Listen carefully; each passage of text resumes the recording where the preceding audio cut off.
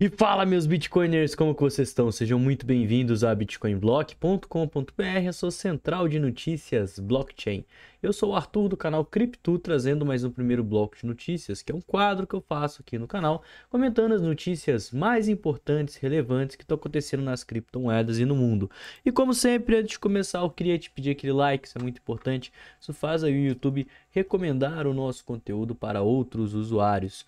Hoje a gente vai falar sobre as entradas que vem acontecendo nos fundos de criptomoedas e as altas expectativas dos investidores para o corte na taxa de juros que deve acontecer nessa quarta-feira, amanhã, lá nos Estados Unidos. Então a gente vai passar um pouquinho mais sobre esse sentimento, o otimismo e os impactos da política monetária americana nos seus investimentos.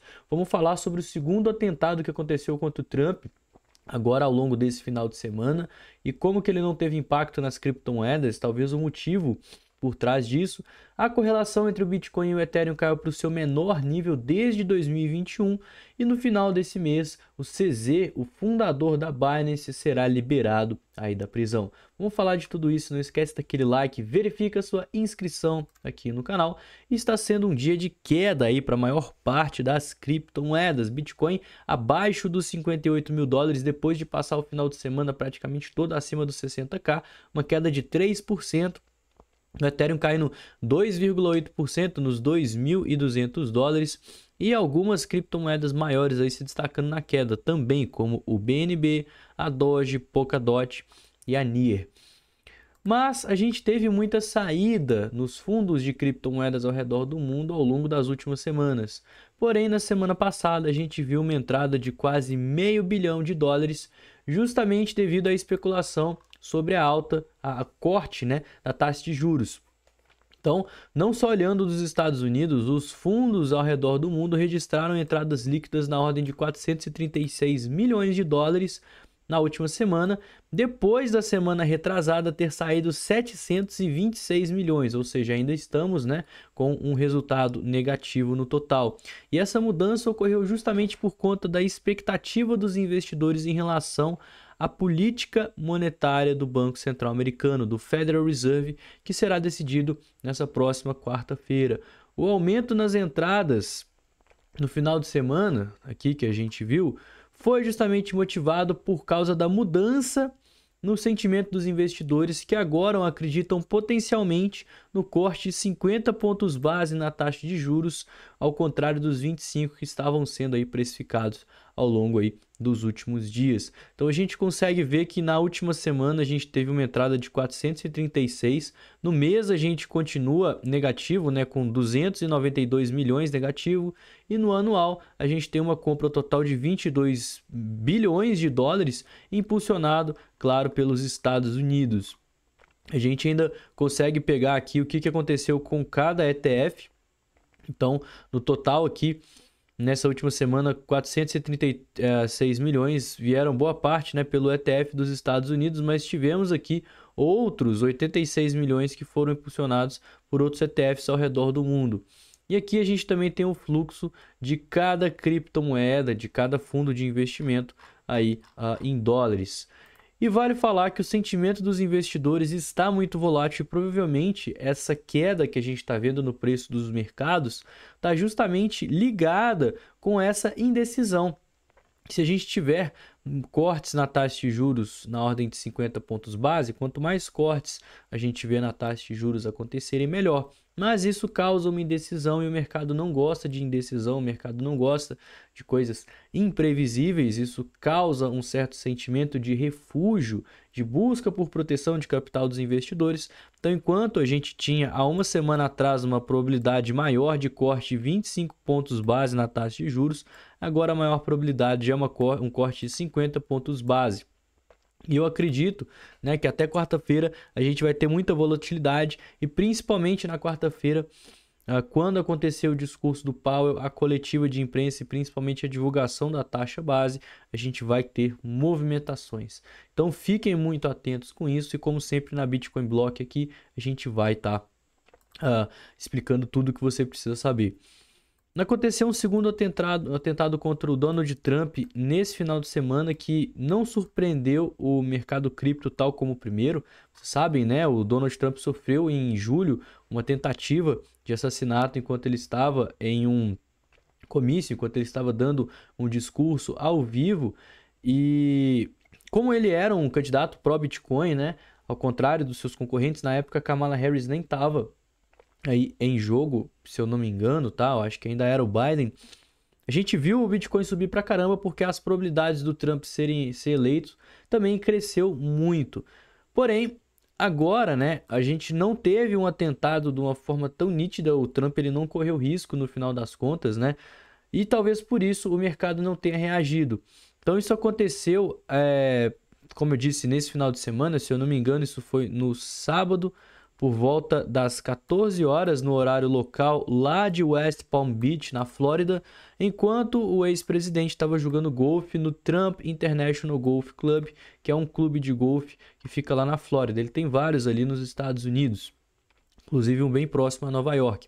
E o que aconteceu foi que durante a partida, um invasor entrou dentro do campo armado, certo? Não chegou perto aí do Trump, mas alguns seguranças que ficam obviamente rondando o local, principalmente depois da primeira tentativa aí, pelo primeiro atentado contra o Donald Trump, viu a arma saindo próximo ali dos arbustos, já conseguiram deter o suspeito que saiu correndo, entrou num carro, houve uma perseguição policial e no final das contas ele foi capturado, foi identificado, certo? E agora a gente vai ter ele sendo interrogado, que eu acho que vai ser interessante, porque o primeiro ele foi eliminado, certo? Então o segundo, estando vivo, ele vai conseguir aí, talvez, dar alguma informação, saber se tem alguém que está por trás desses ataques. Além do mais, a correlação entre o Bitcoin e o Ethereum vai para o seu menor nível desde 2021. Eu acho que esse site aqui nem tem um gráfico que mostra aqui pra gente, mas desde abril de 2021 a gente não vê o preço do Bitcoin contra o Ethereum chegar abaixo do 0,04, sinalizando aí uma queda na demanda dos investidores pela segunda maior criptomoeda do mundo, o Ether. Então a relação ETH-BTC, segundo alguns especialistas, alguns analistas, pode cair ainda mais para a faixa de 0,02 ou então 0,03, ou seja, 50% a mais, de 25% a 50% a mais de queda com base no valor atual, ao menos que haja uma mudança significativa no sentimento dos investidores ou então na clareza regulatória. Um dos motivos que isso vem acontecendo são os grandes despejos pelo lado das gestoras de ETF, que houve uma mudança, né, na tendência dos investidores desde o final de 2023 a já preferirem o Bitcoin, que foi lançado, né, o seu ETF Spot em janeiro desse ano.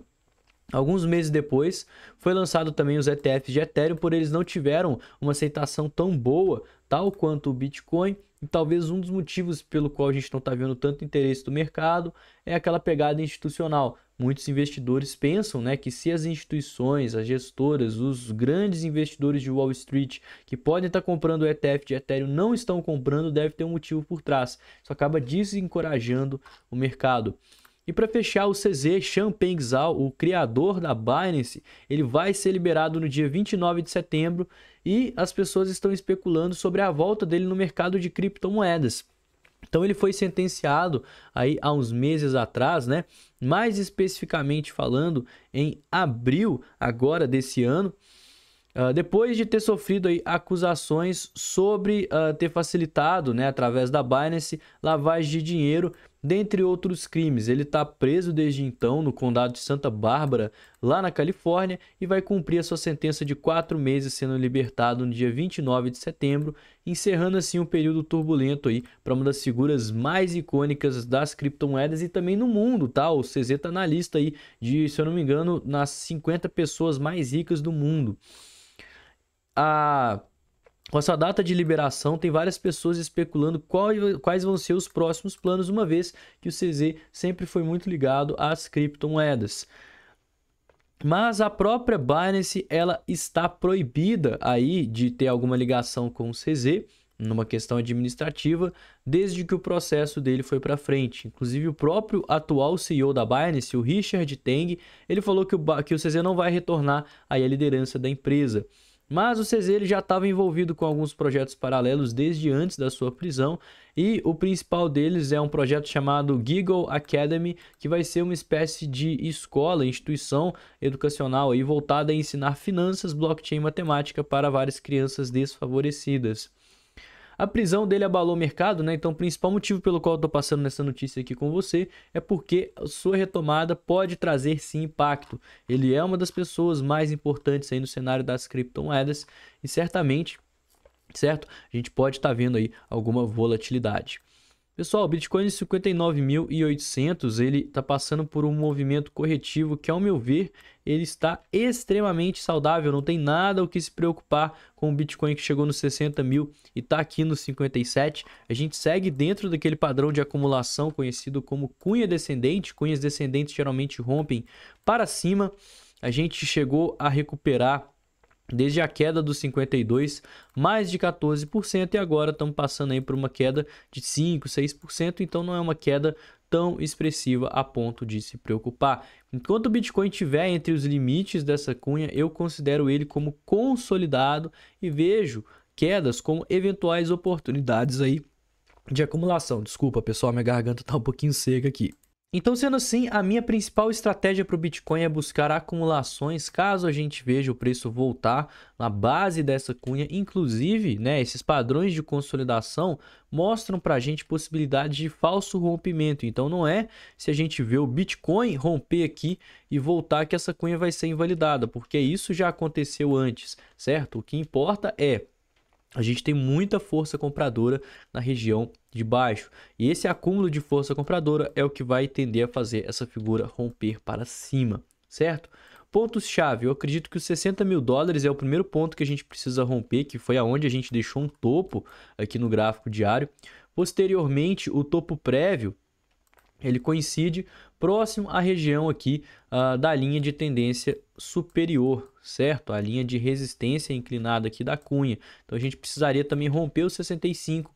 A partir do momento que a gente fizer esses dois rompimentos, o Bitcoin vai se encontrar na tendência de alta e a probabilidade aí é que ele venha a testar e quem sabe até romper as máximas históricas. Por isso que quedas eu considero como oportunidades. Se você não está exposto no mercado, você pode buscar exposição nessa região próxima aos 57 e os 55, tá? É uma região onde eu considero tecnicamente interessante para quem não tem exposição no Bitcoin ou quer gradativamente aumentar posições. Pode ir entrando, você não vai comprar tudo que você tem de Bitcoin, porque a gente ainda está dentro de um padrão de consolidação e movimentos voláteis ainda podem acontecer antes do rompimento. Então é sempre importante você ter caixa, guardar capital, para caso o preço venha a testar níveis mais baixos, você conseguir fazer compras num preço melhor.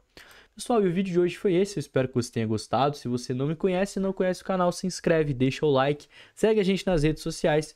Eu vou ficando por aqui. Tenha um excelente dia e uma ótima semana. Valeu, galera. Falou!